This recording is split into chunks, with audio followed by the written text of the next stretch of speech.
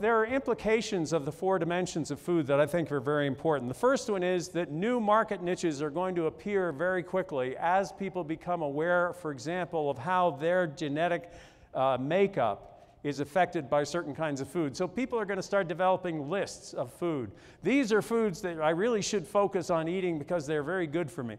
These are foods that are sort of good for me and I like, so I'm going to continue to eat these. These are foods that are kind of bad for me and I'll eat them once in a while, but not that often. And these are foods I should just flat stay away from. So people are going to start developing those sort of lists of what foods they should and shouldn't eat.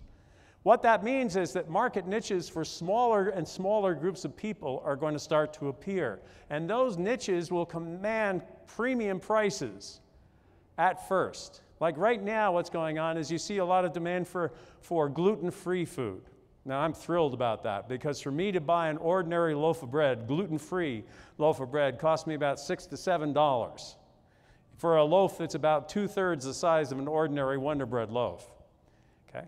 But as more and more producers come into this area, the prices start going down. The premiums start to disappear as these niches become mainstream.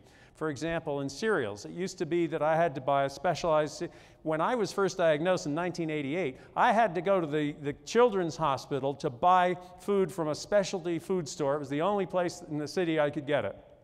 Now, General Mills produces gluten-free cereals, and they're just on the shelf with all the ordinary cereals.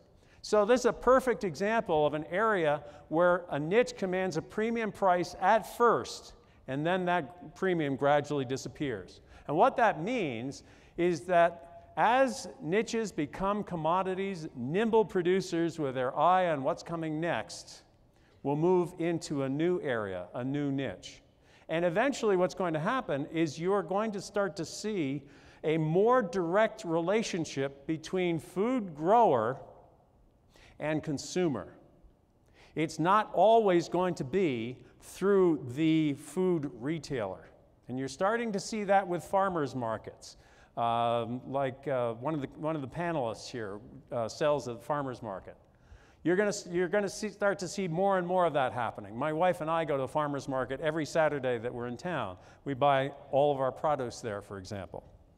So, this is hard work, by the way. I'm under no illusions that it's easy to keep changing what and how you produce. I know it's difficult, but it is one of the ways where you can optimize your yields as a farmer.